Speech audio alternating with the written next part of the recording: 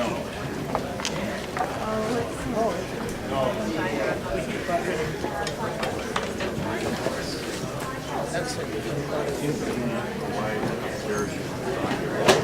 finance too.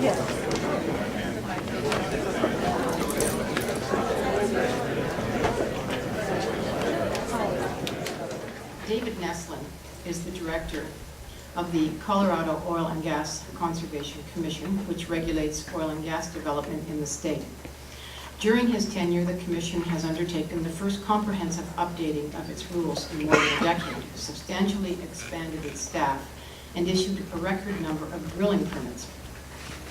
From 2007 until early 2009, David was also the Assistant Director for Energy and Minerals for the Colorado Department of Natural Resources. In that capacity, he worked with the Oil and Gas Conservation Commission, the Division of Reclamation, Mining and Safety, the Geological Survey, and other state agencies regarding energy and mineral development in Colorado. Prior to joining the department in 2007, David spent 24 years as an associate and partner in the international law firm of Arnold & Porter.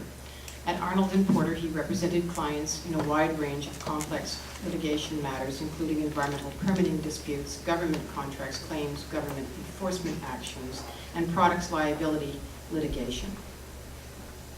He has also written and lectured on wetlands regulation, threatened and endangered species, the National Environmental Policy Act, the Clean Water Act, and other environmental issues. He is a graduate of the University of Washington and the University of Washington Law School. So will you welcome please David and Beth. As Adele mentioned, I'm Dave Neslin. I'm the director of the Colorado Oil and Gas Conservation Commission, which regulates all oil and gas development in the state of Colorado. And let me begin by thanking Adele and her staff and the Munk School for what I think is an excellent program on a very, very important issue. We also thank the prior panelists and Mr. Parfit for setting the stage. 2 years ago, we went through a process of comprehensively updating our regulatory regime to better protect Colorado's water, air, and wildlife. And I think the process that we went through is instructive for this program. So I'm going to spend a couple minutes summarizing that process, the kinds of rules that we adopted, and the results that we've seen. And as you'll see, our results ended up being pretty similar to some of Mr. Parfit's recommendations in his paper. Let me begin by noting some similarities between Colorado and Canada beyond the first initial. Like Canada, Colorado has been blessed with clean water, fresh air, and abundant wildlife. And the quality of life that we enjoy there is the reason many of us are residents of that state. And like Canada, we've experienced a tremendous increase in oil and gas development, indeed a much more dramatic increase in such development, which has included coal bed methane development down in the southern part of the state, tight sand development in western Colorado, and now increasingly shale development in the northern part of Colorado. Let me give you a number. In 1998, we issued about 1,000 drilling permits for drilling oil and gas wells in the state. By 2008, that number had increased eightfold to 8,000 permits issued that year. The number of drilling rigs active quadrupled during that period. Complaints skyrocketed. But with this development, also came thousands of good-paying jobs for our residents and many millions of dollars in taxes to our state and local governments, which are very important as well. So in 2007, our legislature directed us to develop some new regulations to better protect the environment and wildlife, while ensuring that our permitting process remained timely and efficient for the industry. And in response, we launched what became the most extensive rulemaking process in the state's history. Over an 18-month period, which is how long the process lasted, our staff met with stakeholders probably on more than 100 occasions. We developed numerous iterations of new and amended regulations to try to strike a better balance between energy development and environmental protection. During that period, our commission held 24 days of formal hearings, heard from 160 party witnesses and hundreds of members of the public, and considered over 20,000 pages of written comments, exhibits, and other submittals. They ultimately approved a package of amendments that represent the first comprehensive updating of our regulations in more than a decade. And I want to highlight three things about that process that I think proved very important. First, the process was legislatively authorized, and that authorization was adopted by supermajorities of our legislature with bipartisan votes.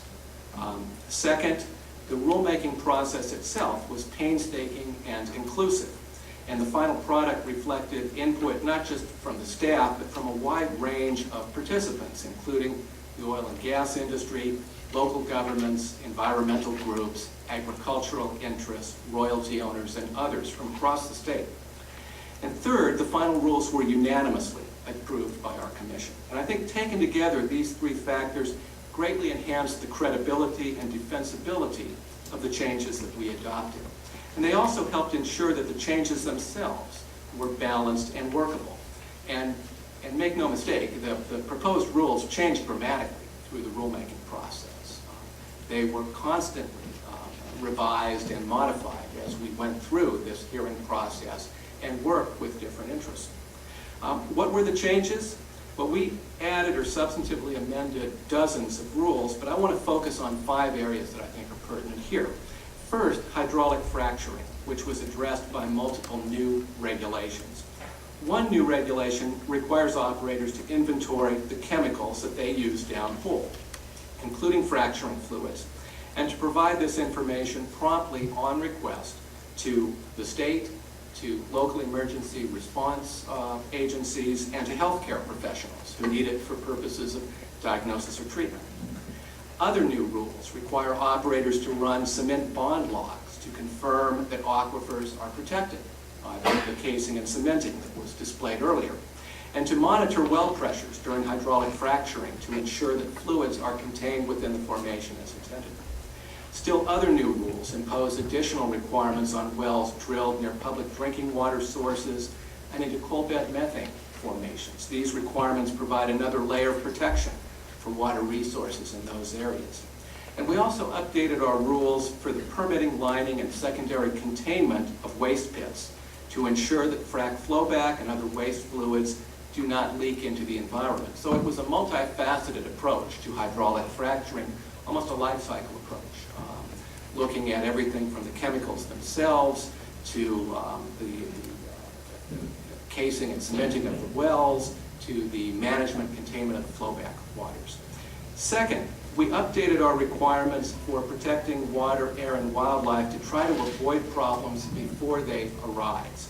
For example, in certain areas with a history of odor complaints, operators now have to install emission control devices on certain types of production equipment if it's within a quarter mile of a home, school, or hospital, and if it emits more than a particular threshold of VOCs. For wildlife, operators have to avoid the most critical habitat if it's technically and financially feasible to do so. And in other important habitat, we consult with the Division of Wildlife on whether wildlife mitigation measures are appropriate. Third, we enhanced the transparency of our own regulatory process by posting permit applications on the internet, by sending copies to the surface owner and local governments, and by providing an opportunity for public comment. Fourth, we provided several new tools to try to encourage landscape level planning by operators. We call these geographic area plans, comprehensive drilling plans, wildlife management plans. All of them increase efficiency by bundling new pads and wells together and consolidating regulatory reviews, which benefit operators and the state. They also facilitate business planning by identifying and resolving mitigation requirements up front, and help us do a better job of addressing cumulative effects from the development of well fields over multiple years.